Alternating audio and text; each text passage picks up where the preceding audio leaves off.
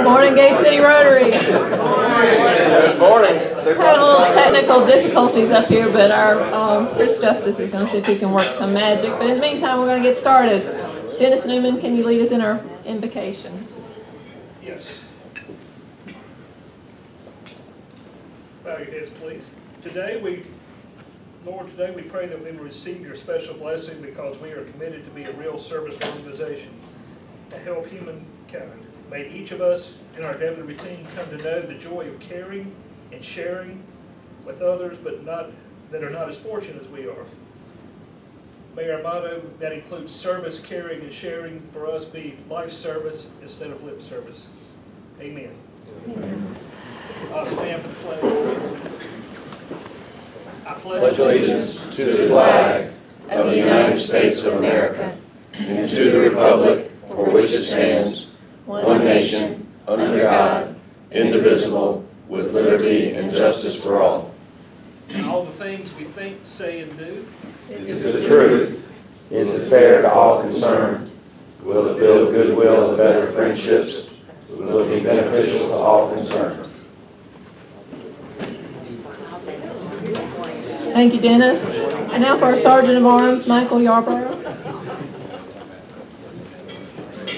Good morning, Gate City. We've got a lot of visitors today. First, we have Tony Rollins, who's the guest of Jim Kennedy. Carson Reynolds.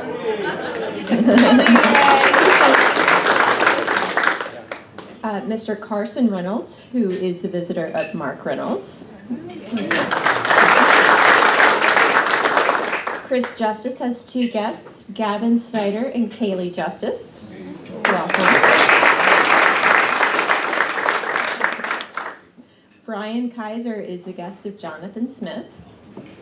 Welcome.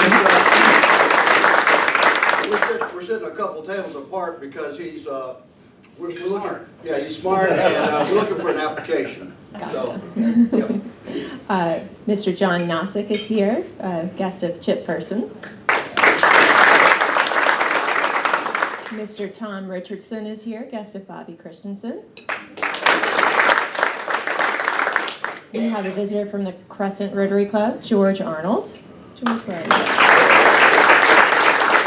And we also have Jason Gregory and who looks like a very happy Fleet.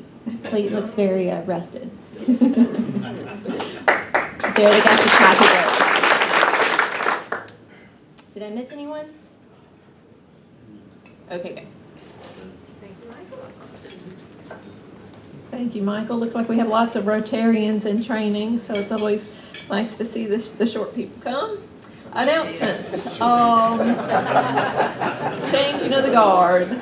Richard, words of wisdom. We've got a week from tonight, 6 o'clock, at Jamesford Meadow Clubhouse. We got about 62.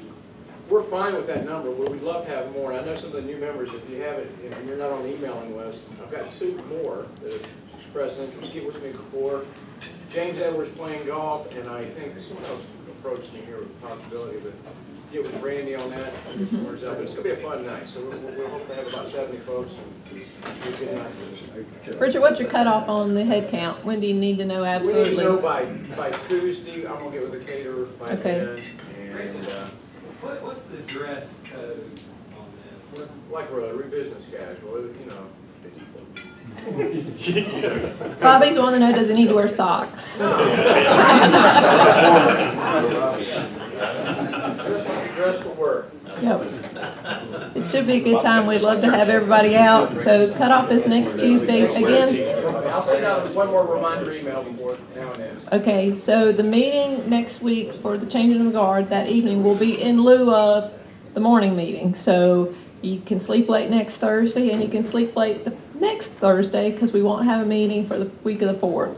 So 2 weeks in a row, no meeting here at the O. Henry. If you come, you may be by yourself. So please come to the change. You will be by yourself. I don't know. There's usually a couple that show up. Any other announcements from the floor? I think we're kind of winding down. Birthdays, anniversaries. Tony? Yeah, good morning, everybody. We only have a anniversaries, no birthdays this week. On the 24th, Jim and Sue Kennedy.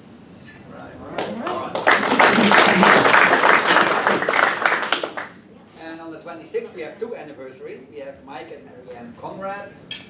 And we have Jonathan and Ann Smith. All right, very good.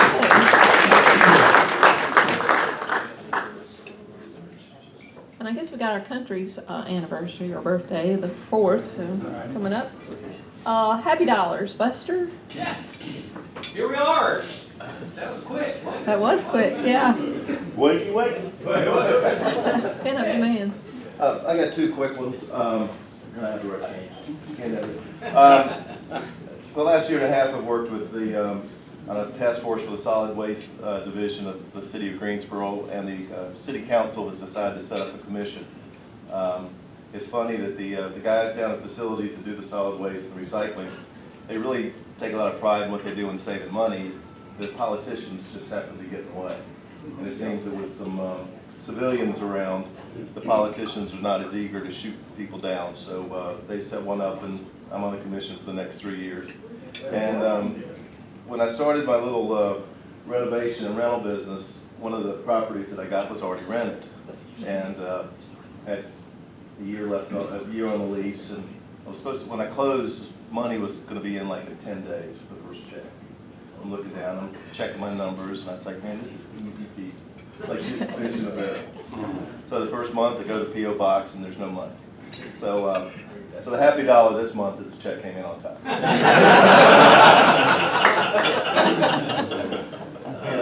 Maybe that's what I say about what being a landlord. Yeah. We won't talk about that. I have three, but I'll make it quick. We got coolest job our company ever had. We've got a job now. We're going to put a wireless network in the Battleship, North Carolina. So if you walk through, you'll be able to carry your iPad and it will narrate to you. If anybody knows how to cut holes in 6-inch of steel, there are a couple of glitches in this. I left something on the table. Thank you everybody for your correspondence from Vietnam. I still have a wish list. We've covered about a third of it. But it's really hard to go and tell a child, I don't have enough money to give you a pair of shoes. So there were a few commitments that I made. Anybody wants to send something to children of Vietnam, just mark it things Dan promised. And News and Record did a nice story on Katie last week. It was a good week. It was a good trip.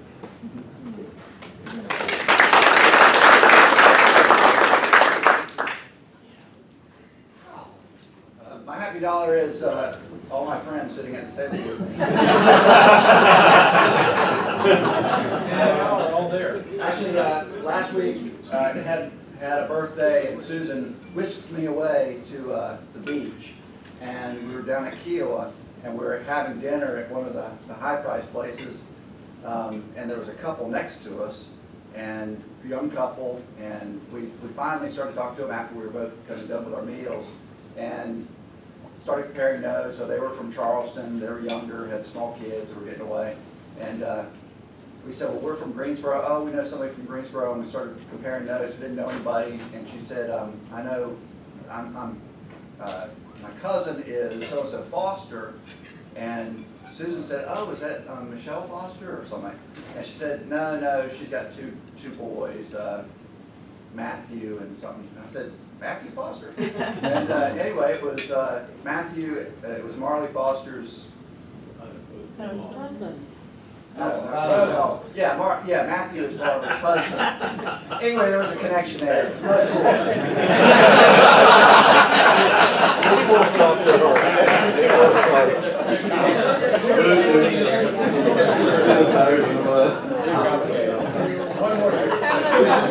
was really neat. I'll tell you later. Just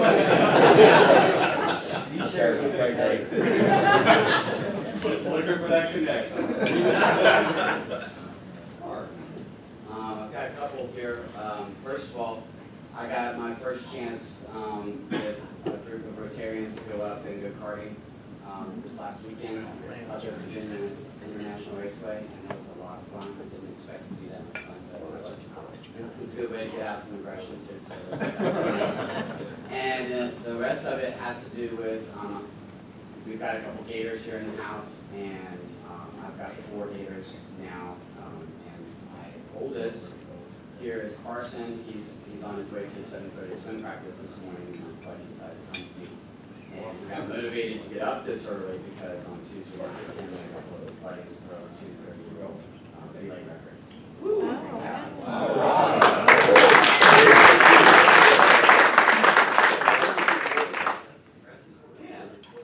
Okay, so it's been a little while since I've given a happy dollar, and I'm really not giving one now. This one's Richard's. So It's just as happy. yeah, I figured it would be. Oh, there it is. You just wanted to. So periodically, turn around when you do that. All right, we have kids present. Come on. So periodically I talk about my daughter out in Los Angeles, who's in entertainment. That didn't sound right. Television. Yeah, the dollar thing. Television. But I have new celebrities in my family. So if any of you, and I know all of you do, if any of you happen to watch on TLC on Sunday nights, there's a reality TV show called Welcome to Myrtle Manor. Have you seen that? Oh, good Lord, yes. Please don't forget if you do. That's actually my family. It's my maternal grandmother's sister's grandson and granddaughter that are in that trailer park. Wow. Rob, did you get all that? You can play it back. That's actually all I think of when you start counting.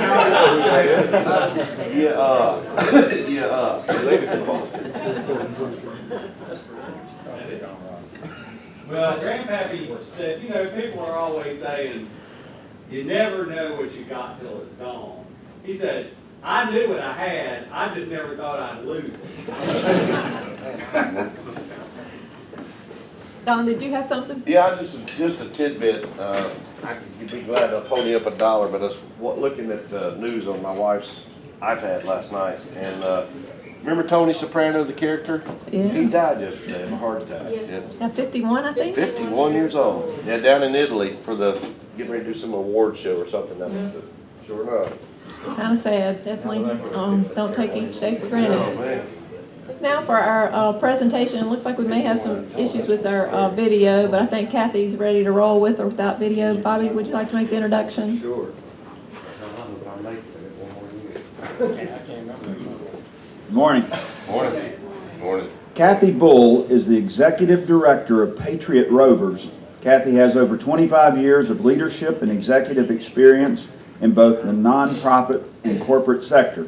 She is president of Bull Consulting Incorporated, a nonprofit consulting organization, co-founder and chair of the North Carolina Children and Nature Coalition, past director of marketing and development for the National Children and Nature Network, and the former chief operations officer and registered lobbyist for the North Carolina Zoo Society. She's an organization, marketing, and fund development professional with extensive executive level experience in public relations, branding, strategic planning, and public policy with expertise in nonprofit administration, organizational development, partnership building, and leadership training. Kathy is an avid runner, passionate public speaker, writer, and advocate on issues related to connecting children, nature, nonprofits, veterans, substance abuse, homelessness, and personal motivation. Welcome, Kathy. Thank you. And can everybody hear me? Because I don't like mics. I get hyper and I start knocking the stand over and getting crazy. I'm going to take you back a ways. We're not going to use technology. We're going to pretend I planned it that way. Thanks. Because the real star of the show, the real star of what we do, has to do with our soldiers and the dogs that serve them.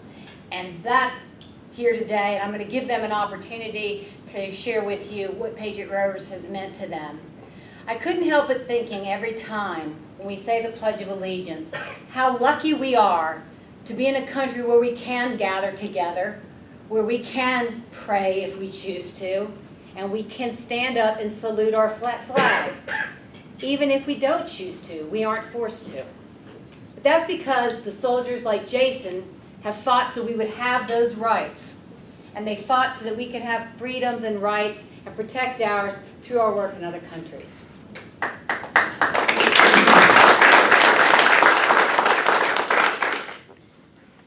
all the organizations I've ever worked with, probably the one that touches closest to my heart because of my own upbringing as a military child and because of my family history of so many of the men in our family in the military. This is one that's very near and dear to my heart. The soldiers, as I've come to know them and seen their growth, have just been amazing. And it's given me a real insider's view of what it takes for these young men and women to go over to foreign lands, defend our freedoms, and then what it's like for them to come back home.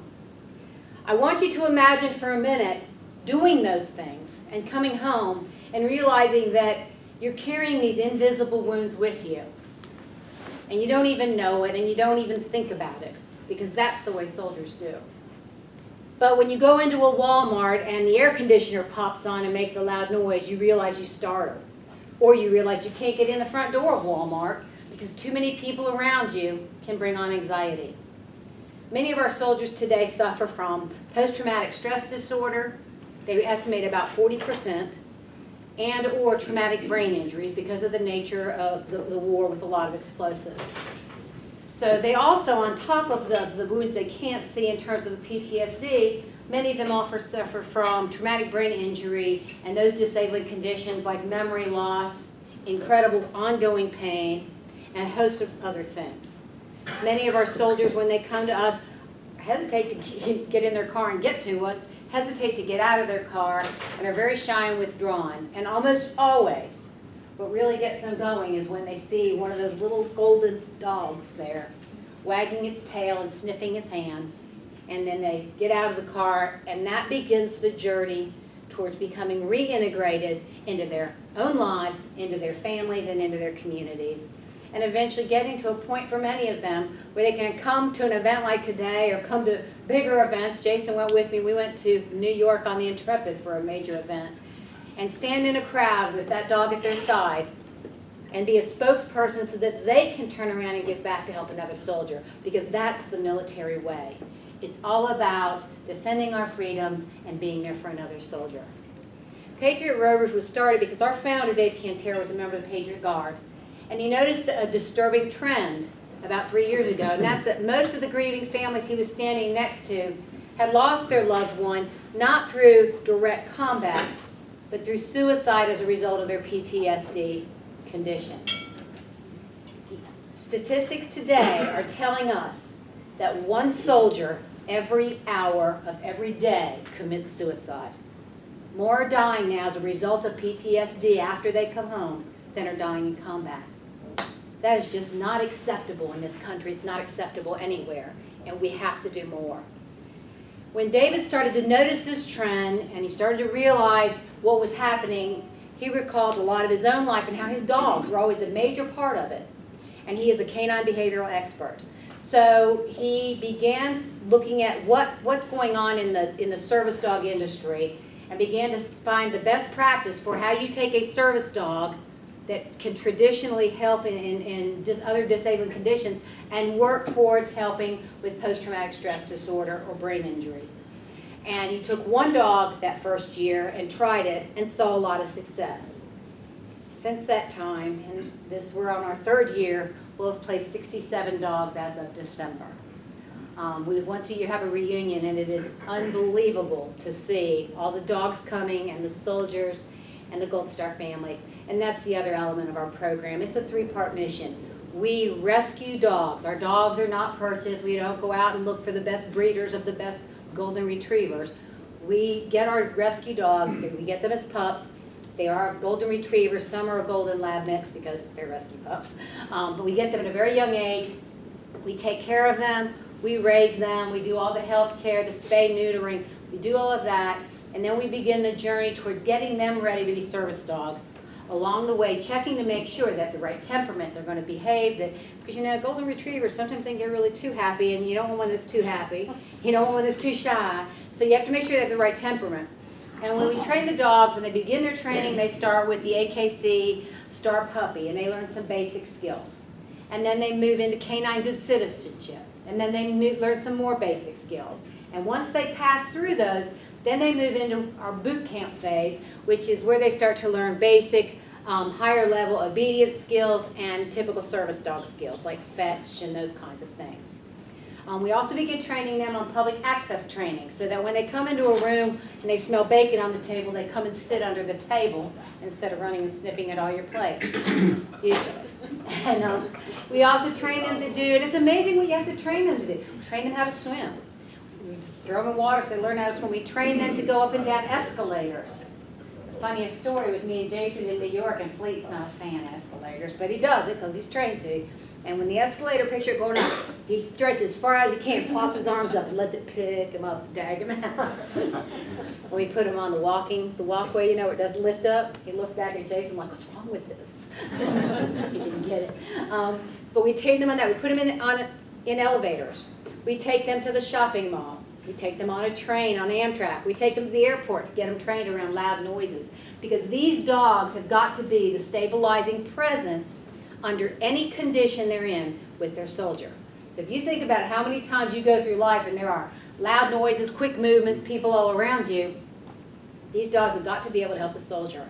Among the service tasks that they are trained to do would be how to behave in the public areas, how to respond when people approach the soldier, and that's where the more specialized psychiatric or mental health service dog training comes in.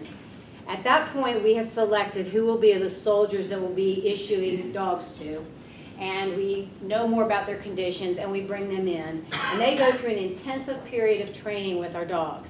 During that time, the training the dogs involves a variety of skills, but there are some basic ones that they're all trained to do in terms of the service dog training. And that would include if a soldier walks into a crowded room, the dog does some post-blocking. That is, you might think when you come up to the soldier and the dog kind of stands towards you and people go, oh, he's so sweet, can I talk to your dog? For the soldier who would normally isolate, he can focus on the dog, begin to engage with people while the attention's on the dog. Now, oftentimes I hear people say, oh, the dog really likes me, he's leaning into me. Well, yeah, but really what the dog's telling you is don't get any closer to my soldier, because he gently will push you and keep your distance. He keeps the distance around the soldier. In a crowded room, if Jason was to the middle of the room, the dog would walk around. If people were coming from different directions, the dog would walk and make sure that Jason knew there were people from all directions, and the dog had his back. The dog is trained to do medication reminders.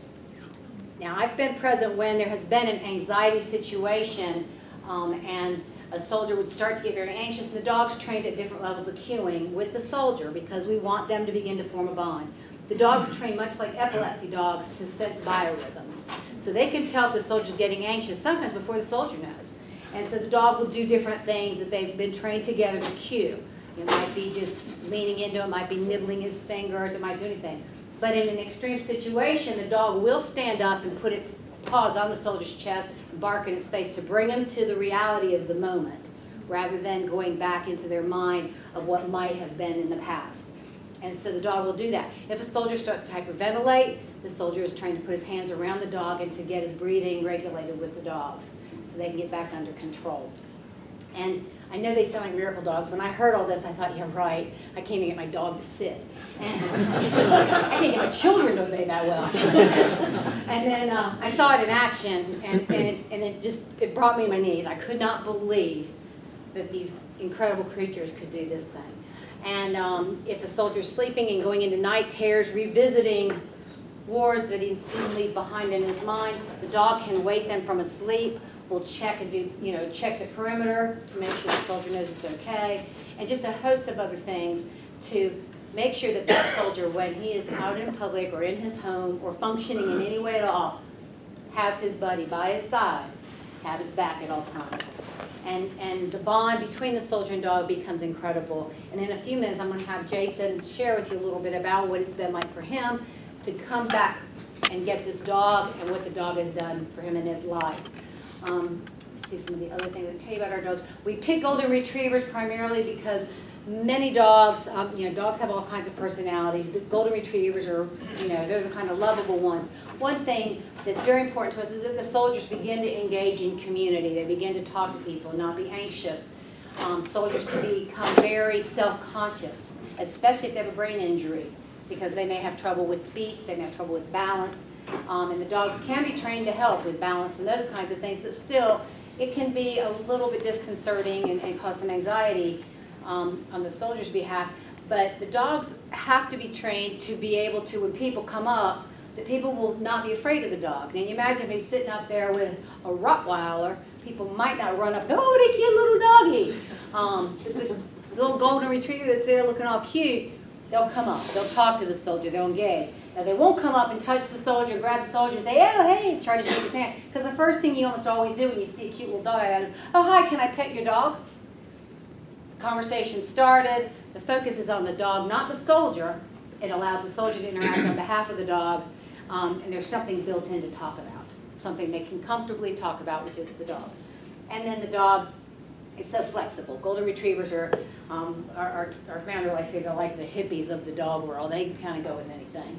They're easy. and we start them young so we can mold them and watch them and track their personality development and their progress. Not every dog will make it. And when they don't, we find a loving home for them. So we still rescue them, care for them, but then they go into a loving home. Because we want these folks to have dogs that are going to be effective, and we want dogs that are going to be with them a long time. And when the soldier finishes his training, we have a big graduation, everybody celebrates, and then we send him back to his home, to his community, and he's got a big pack of things. The dog's got his training vest, the soldier's got food, heartworm prevention, the service vest, everything he could need for a year to take care of that dog.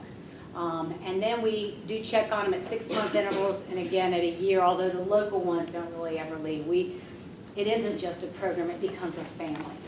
And so they have this ongoing camaraderie between them and other soldiers that can only be met with other soldiers.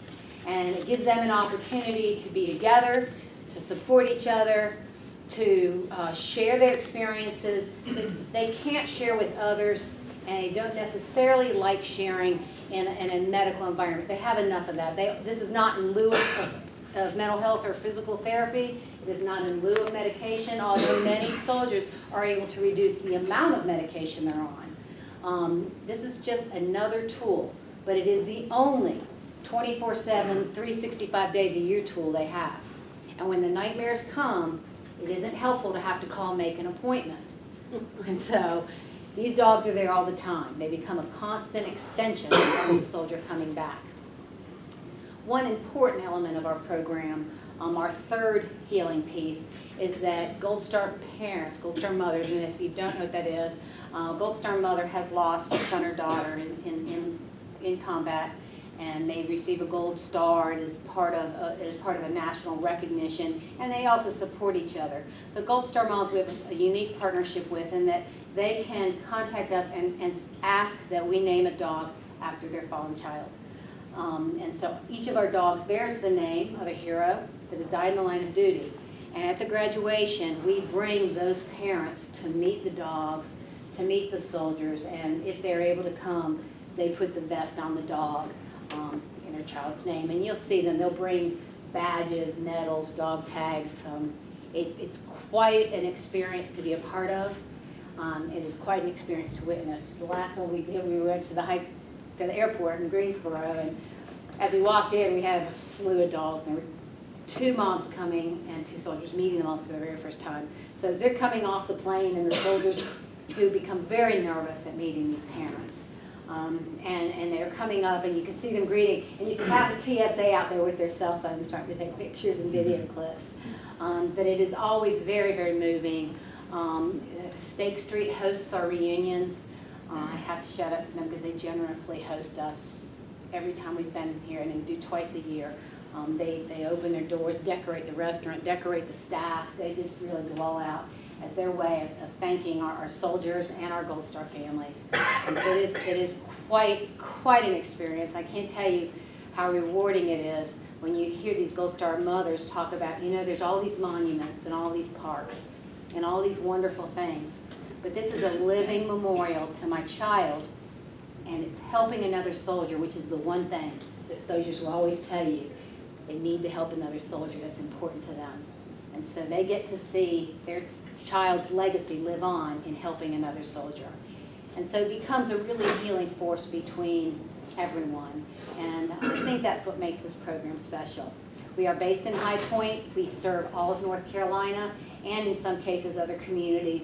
have heard about us. They've raised funds so that we would place dogs with soldiers in their community. We've got them in Florida, Ohio, South Carolina, New York, Boston area, greater Boston area. We have a lot of folks that hear about us and just want to try to help do something. We get no government funding. We are completely publicly supported through charity and our nonprofit.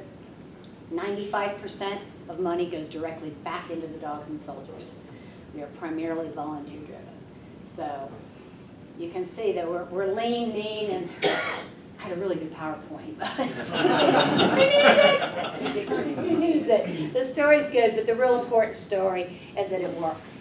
It works because we see soldiers that get to come back into their families' lives. We have soldiers that call say, oh, I was going to come, but I couldn't because I'm going to go to my son's soccer game. Or they send us pictures from the zoo where they get to do other things. They get to stand up, and some of them even get to go back to work. And ultimately our goal is for each individual soldier to come home knowing how much they gave made a difference and helping them so they can come back to the world that they protected. And so without any further ado, I want to bring up Jason and let him share with you a little bit about him and Fleet, and then we'll open the floor for questions.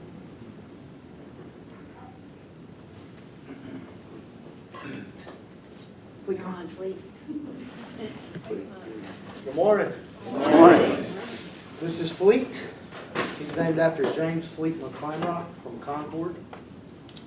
I was in the Army for 9.5, 10 years. When I was wounded in Iraq in 2007. I joined at a young age, 17. My parents had to sign a waiver for me to get in. At a young age, I knew that's what I wanted to do. That's all I wanted to do. I had a great uncle who was a prisoner of war. He was in the Bataan Death March. And, I knew that I wanted to be a patriot in some way. So that's what I chose to do from a young age. Being medically retired in 2007, after all that I knew was the military was very, very hard. When I was wounded, I spent a week in the hospital in Iraq, a week in the hospital in Germany, 2.5 months at Walter Reed in D.C. Heavily medicated, group therapy every week. Nothing was working. Got to the point where I isolated myself from friends, family, mother, father, sister. Family lives in Greensboro. I decided to move to Kernersville because I needed my space. I needed my own space. Not in the same city, a couple miles away. And I'd go months at a time without leaving the house. My mother would be gracious enough to bring me groceries. Financially, she would pay my bills for me from my Social Security and my VA benefits. I didn't leave the house very much. Something like this was out of the question for me before I got Fleet. Well, Fleet, I've had him for 1.5 years, a little over 1.5 years. The VA recommended this program after trying everything else, medication, and group therapy every week, and everything else. My doctor said, here, you need to give these guys a call. Give this a try. I did. I got Fleet a month later. Fleet picked me. For whatever reason, he was trained for a soldier that lost a leg in Iraq. For whatever reason, that soldier decided to re-enlist. Good for him. But he could take the dog with him, being an active army. He could take the dog with him. So Fleet was available, and he picked me. And I got him a month after I put in my application.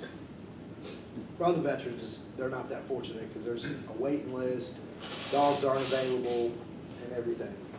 But with Fleet, I'm here today. So many, Kathy touched on this, so many veterans commit suicide after combat. Have the feeling that they have no purpose in life anymore. I was definitely there. I can say he saved my life, because he did. Everything about this dog, Fleet, hey, Don't buddy. But everything about this dog has changed my life. Before I had him, I got a Boston Terrier. He was a rescue, deaf. Named him after my buddy that was killed in Iraq. And he was a help. Nothing like Fleet. Fleet's a constant companion. He goes with me everywhere that I go. Helps in every aspect of life. Wakes me up from my nightmares and flashbacks.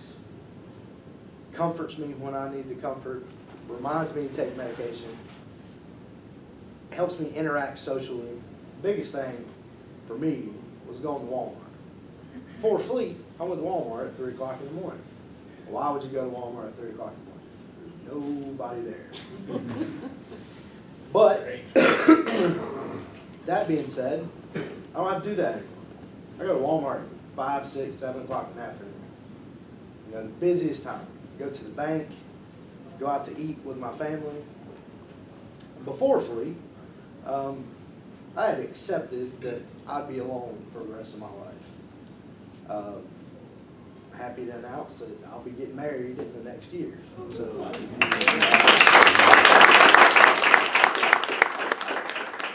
he helps out in every aspect of my life and has helped. He continues to help. There's been so many situations where this dog has just helped. November is a very hard time for me. That's when a friend of mine lost his life in Iraq. And that whole month leading to November and November 9th is just a really, really hard time for me. Before Fleet, that time kept getting darker and darker and darker for me.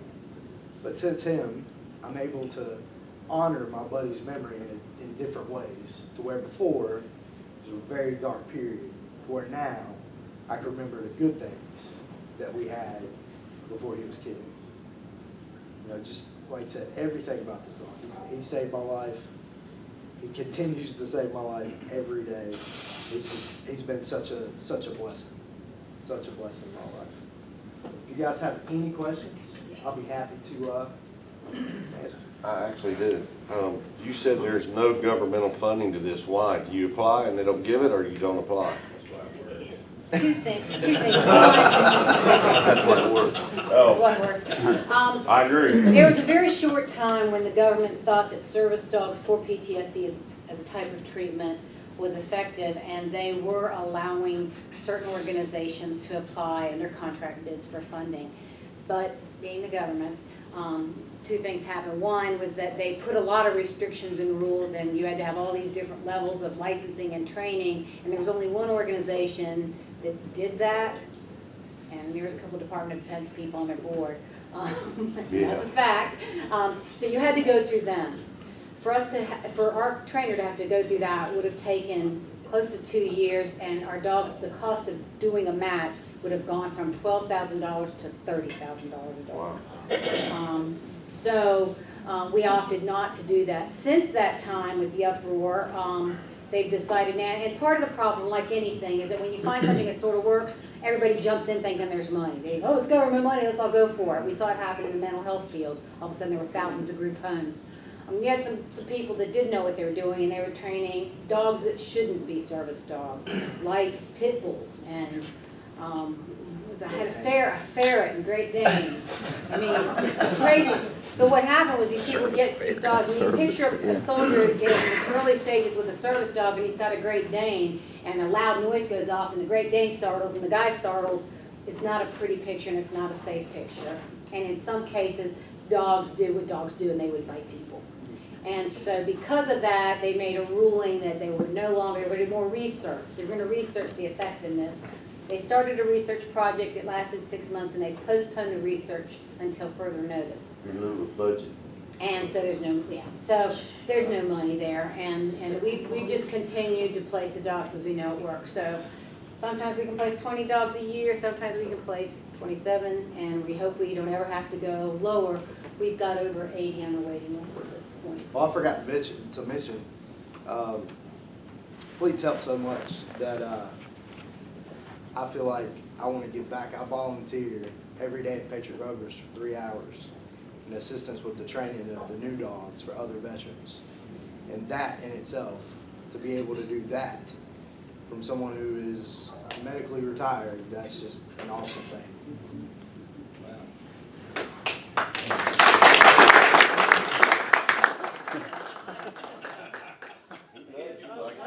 Still a golden retriever.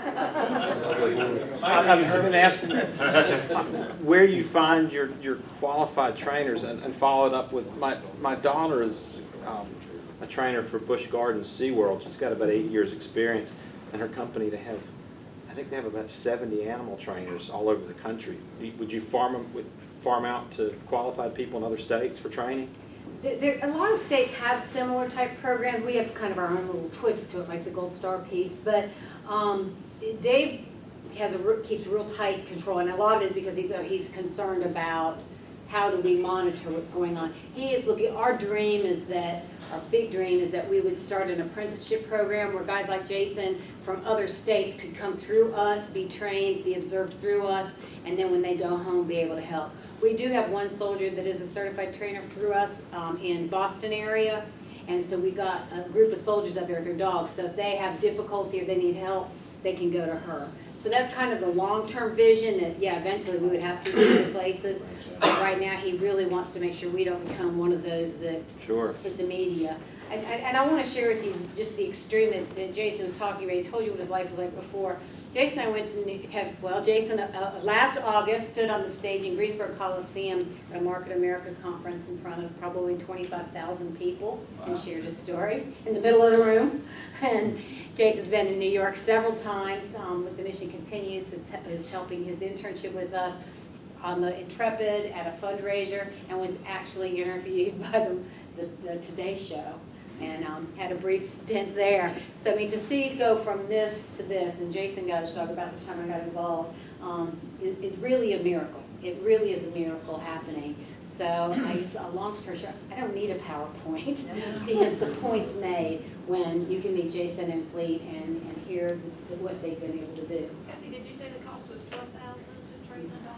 That's from rescuing the dog, the whole year of veterinary care shots, spay and neuter, doing the training, bringing the soldier in, and bringing the Gold Star parent to the soldier. Jason mentioned that Fleet picked you. Could you talk a little bit more about how that worked? Sure. My class, and that's what David does, he does classes with how many dogs he's got graduating at the time. For me, there was just me and one other guy, Mike Gordon. There were 3 dogs and that were available. And he loves Kathy. We've traveled together. I'm giving him my back. I'm not doing that. Nobody would mind if I take his leash off, right? Just come around visit. He knows Jason's comfortable now. Chris Justice is afraid of dogs. He should be. No visit. No treats or food. But when I got to the kennel for the first time, every time actually, until he came home with me, he would stand at the fence with his paws on the fence, much like he did to you. He was just waiting for me to speak to him. And he wouldn't move until I spoke to him. When he'd play ball with the other dogs, throwing ball, he was always watching me. So David just chose Fleet. Well, Fleet chose Fleet for me, but David knew that that was the right fit because he already chose me. So. First, thank you for your service. Oh, thank you. Thank you. What is the organization's biggest need right now? Is it simply cash? I would say cash and getting the word out so we can give more cash. That's it. And we do sponsorships. So if we've had where somebody will sponsor a dog and a soldier match at $12,000, and then we provide, soldier and dog and updates, and you can come to the graduation. The PowerPoint that you have, is that something that you share with people? Sure. I mean, In fact, I was going to could that be offer, set- since he was going to tape it, I can just send you the PowerPoint. Yeah, if you will. I'll put it up. I'll put it up for, Sure. yeah. By the way, this whole thing has been videoed and it's gonna be on our website later today, and I'll link up her PowerPoint. We do need to wrap it up since we're at the appointed hour of 8 o'clock, but I'm sure Jason and Kathy will stick around for questions. And Kathy and Jason, we're gonna donate a book in your honor to the Cone Elementary School, and it's How Do Dinosaurs Go to School? So thank you very much for your work. And